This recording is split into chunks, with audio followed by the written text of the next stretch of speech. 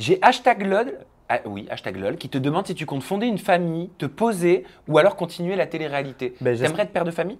ben, oui, je touche du bois. J'espère bien qu'un jour je serai papa et aussi, pour donner aussi à mes parents et à mes grands-parents qui sont encore en vie, voilà, leur petit-fils ou leur arrière-petit-fils ou petite-fille, voilà, c'est une fierté.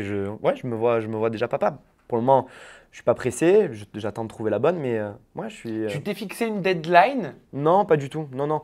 Après, si je vois qu'à 40 ans, je suis toujours célibataire, je me poserai vraiment les bonnes questions. Mais non, franchement, j'attends de trouver la bonne et je pense que on a la chance de vivre dans une,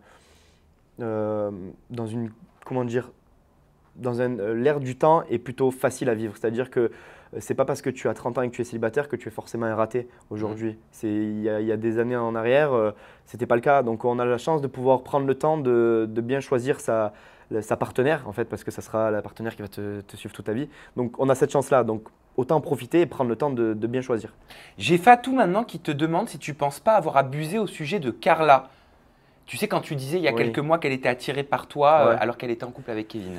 Non, après on a des points de vue qui sont différents et qui divergent, mais non, je pense pas avoir abusé.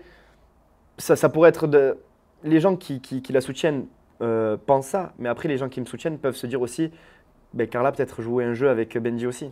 Et peut-être que dans l'histoire, c'était pas elle la victime, mais peut-être que c'était moi aussi la victime.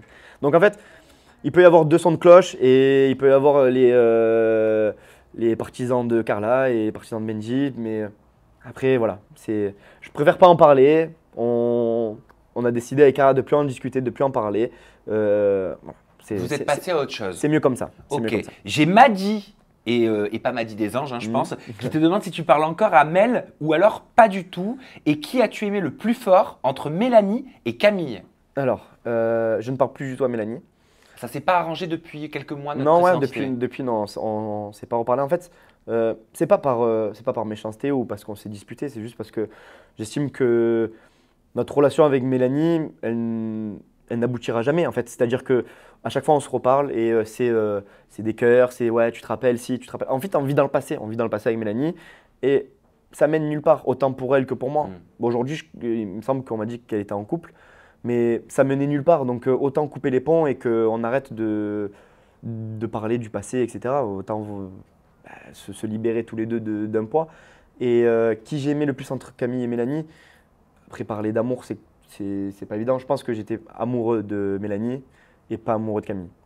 Et on s'était dit à certains moments je t'aime avec Mélanie. Alors est-ce que c'était des je t'aime amoureux ou plus des marques d'affection, je sais pas, mais je pense que j'étais plus amoureux de Mélanie. Et j'ai Sophia qui pousse la question en te demandant qui choisirais-tu pour la nuit et pour la vie entre Mélanie et Camille?